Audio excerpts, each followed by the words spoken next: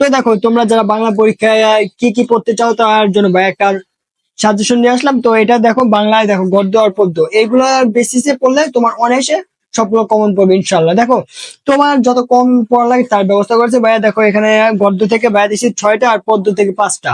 এই 5 6 11টা, এই 11টা পড়লে তোমার অনায়াসে বাংলা ফার্স্ট পার্ট হয়ে যাবে। দেখো এখানে কি দেখো, অপরিচিত, আমার পর 52 দিনগুলি, রেইনকোট, বিলাসী, মাসি বেশি। আর পদ্য থেকে দেখো সোনার তরী, বিদ্রোহী, ফেব্রুয়ারি 1969, তাহলে পরে মানে 18 বছর বয়স। এখন দেখো দেখো অপরিচিতা, সোনার তরী, তারপর আমার পর, বিদ্রোহী, এই দুটো হলো তোমার প্রথম দুটো হলো রবীন্দ্রনাথ ঠাকুরের, দ্বিতীয় দুটো হলো কাজী নজরুল ইসলাম। তো যারা কোশ্চেন করে তারা কাজী নজরুল ইসলাম এবং রবীন্দ্রনাথ ঠাকুর ওদের সম্পর্ক থেকে কিছু হলো কোশ্চেন বানায়। তো তোমরা যারা অনায়াসে দেখো এই দুইটা থেকে দুইটা দুইটা চারটা, গদ্য থেকে দুইটা, পদ্য থেকে দুইটা, এই দুইটা দুইটা চারটা থেকে তোমরা যারা পড়ো তোমরা অনায়াসে কম করে দুটা থেকে তিনটা সৃজনশীল মাস্ট কমন পাবো, মাস্ট। কারণ দেখো তারা যেভাবে কোশ্চেন বানাক না কেন, গদ্য থেকে হোক বা পদ্য থেকে, 2টা থেকে 3টা তুমি শিওর পাবা। কারণ এখান থেকে কোশ্চেন আসে এই দুইটা, হয় তারা কাজী নজরুল থেকে দিতে পারে, নাহলে রবীন্দ্রনাথ থেকে দিতে পারে। তাই তোমরা যারা শিওর পাবে 2টা থেকে 3টা সৃজনশীল চাও, অনায়াসে রবীন্দ্রনাথ ঠাকুর আর কাজী নজরুল ইসলাম থেকে এই প্রথমে চারটা, অপরিচিত, আমার পর, সনাতনী এবং বিদ্রোহী, এই চারটা যদি তোমরা পড়তে পারো, কমপ্লিট করতে পারো, তোমরা অনায়াসে 2টা থেকে 3টা সৃজনশীল পাবা।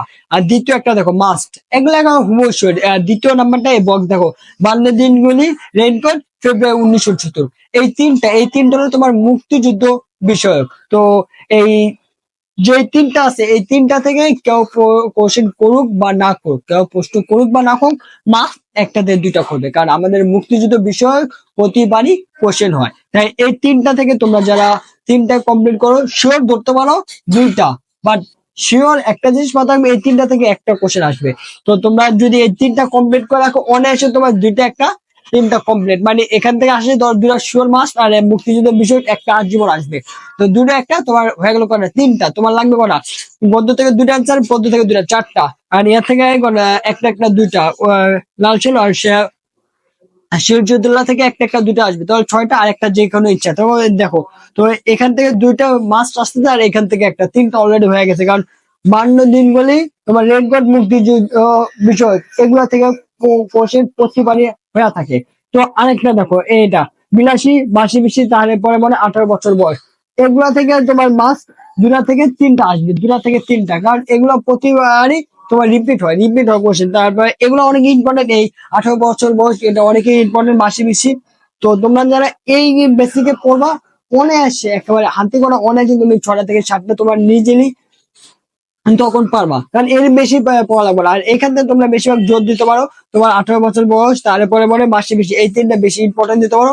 আর এখানে তোমার এই তিনটার মধ্যে যে 52 দিনগুলি, রেইনকোট, ফেব্রুয়ারি 1969, এই তিনটা, আর এখান থেকে তিনটা, এই 6টা, আর উপর চারটা, এই 10টা 11টা তুমি যদি পড়তে পারো, তোমার অনায়াসে গদ্য পদ্য থেকে 5টা সৃজনশীল কমপ্লিট করা ইজি হয়ে যাবে।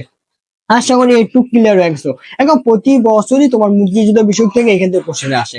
এখন একটা দাও, লাল সালু আর সিরাজউদ্দৌলা, তোমরা চাইলে এখান থেকে মাস্ট 3টা সৃজনশীল লিখতে পারো। তোমার ওগুলো লাগবে না, এই দুটো যদি তুমি কমপ্লিট করতে পারো, তোমার অনায়াসে 3টা সৃজনশীল লেখা সম্ভব। এখন এগুলো কমপ্লিট করতে তোমার কিছু কিছু চরিত্র জানতে হবে। দেখো যারা যে চরিত্র অভিনয় করে সেই চরিত্র থেকে আসবে। দেখো লাল সালু থেকে কি কি থেকে প্রশ্ন আসবে, লাল সালু থেকে তোমার জমিলা থেকে প্রশ্ন আসবে মাস্ট, জমিলা থেকে প্রশ্ন আসবে রহিমা, মজিদ, আকাশ, এই চারটা চরিত্র যদি তুমি ক্লিয়ার করতে পারো, তোমার লাল সালু ওকে আর কিছু লাগবে না। জাস্ট এই চারটা চরিত্র থেকে তোমার গগ প্রশ্ন আসবে। এখান থেকে আসবে দুইটা, আর এই সিরাজউদ্দৌলা থেকে দুইটা আসবে তোমার। দেখো লাল সাল থেকে যদি এই চারটা তুমি কমপ্লিট করতে পারো, অনায়াসে তুমি 2টা সৃজনশীল লিখতে পারবে। আর দেখো সিরাজউদ্দৌলা, তোমরা সিরাজউদ্দৌলার কাহিনী জানো না, তো জানলে অনায়াসে ইজি হয়ে যাবে। তারপরে এটা তো সিরাজউদ্দৌলা মানে এই গল্প হয় তোমার কারোর চরিত্র নিয়ে, এগুলো হয় সব চরিত্র নিয়ে। তো সিরাজউদ্দৌলার চরিত্র দেখো নারায়ণ সিং আছে, প্লেটন, ক্লাইভ, সিরাজ, নিজে, মীর জাফর। এই যে মীর জাফর সাথে আরো কয়েকজন আছে বিশ্বাসঘাতক যারা আছে, তাদের দিয়ে একটা করবা।